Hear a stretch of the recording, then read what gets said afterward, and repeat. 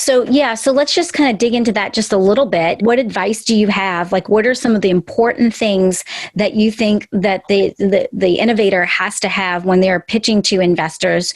What are they looking for? What do you, when you're developing that presentation and creating those conversations, what is it that you're making sure that you're communicating really clearly to be able to, motivate people to have the confidence and trust in you that you can do what you say you're going to do?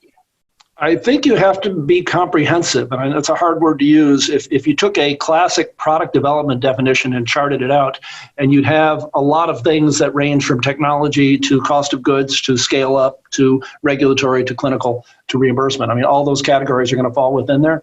Yeah. When you're presenting, you have to have those all answered. And I do see too many that come on. They have fantastic technologies, well thought out, well developed, strong intellectual property.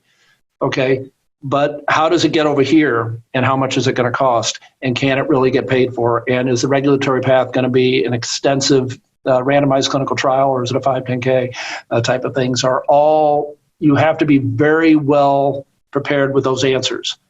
And most of my early investment, I think we did that well, and I know where I lost investors the most. And one particularly big, high-quality investor that I really would like to have had, and they spent lots and lots of time with me. I mean, they were really fair in giving it to me. But they didn't invest a number of years ago before I went public because they were afraid of reimbursement. They were right. And I knew that was one of my bigger risks. But it was harder than I thought it would take longer than I thought it would take. And they were correct in their assessment. Now, interestingly, they, I believe, have invested since. So they've been a late investor, but I couldn't get them early. Sure.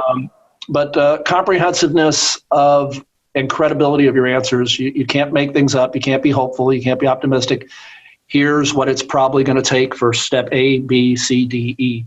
And if you can't present that in a business plan, you'll probably lose them somewhere. Yeah, absolutely. I don't know that the days were ever really there, but I like to say, like, long gone are the days where you could go, oh, well, it's $1 billion market and all we need is 3%. Well, they used to at least accept, we'll figure that out later. Yeah. Let's get this done. It's so good. Let's get it done. Making a paralyzed man walk seems like you shouldn't be very hard to sell, right? Right. But you had to sell it to CMS and to governments and private insurers. We're still in that process.